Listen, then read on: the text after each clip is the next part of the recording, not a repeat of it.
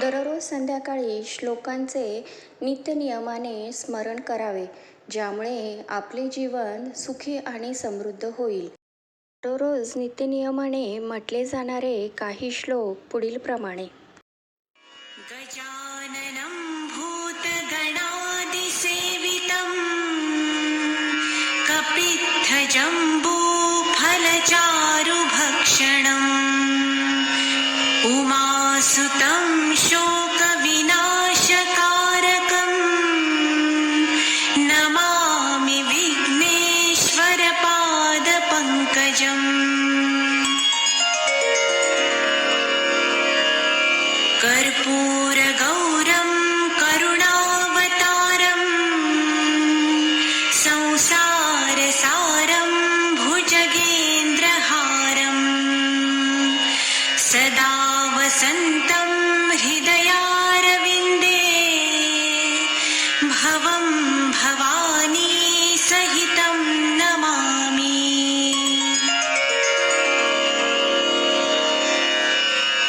शान्ताकारं भुजगशयनं पद्मनाभं सुरेशं विश्वाधारं गगनसदृशं मेघवर्णं शुभाङ्गं लक्ष्मीकान्तं कमलनयनं योगिभिर्ध्यानगम्यं वन्दे विष्णुं भवभयहरं सर्वलोकैकनाथम्।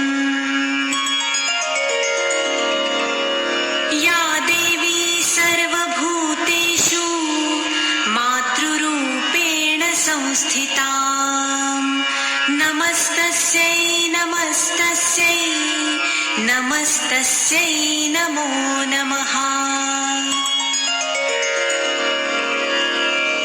नीलाम्बुजश्यामलकोमलाङ्गं सीतासमारोपितवामभागं पाणौ महासायकचारुचापं नमामि रामं रघुवंशनाथम्। वक्रतुण्डमहाकाय सूर्यकोटिसमप्रभ निर्विघ्नं कुरु मे देव सर्वकार्येषु सर्वदा।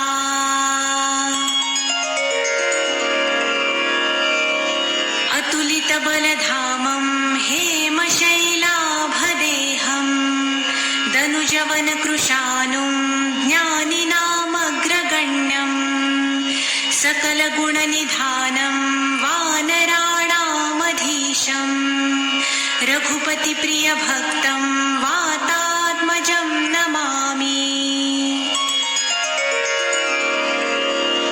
करकलितकपाल कुण्डलीदण्डपाणि तरुणतिमिरनीलो व्यालयज्ञोपवीति क्रतुसमयसपर्या विघ्नविच्छेदहेतुः जयति बटुकनाथ सिद्धिदः साधकानाम्।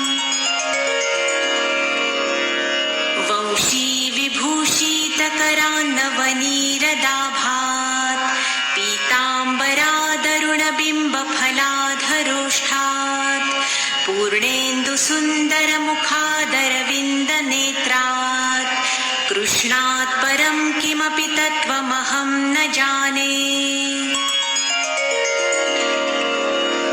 कृष्णाय वासुदेवाय हरये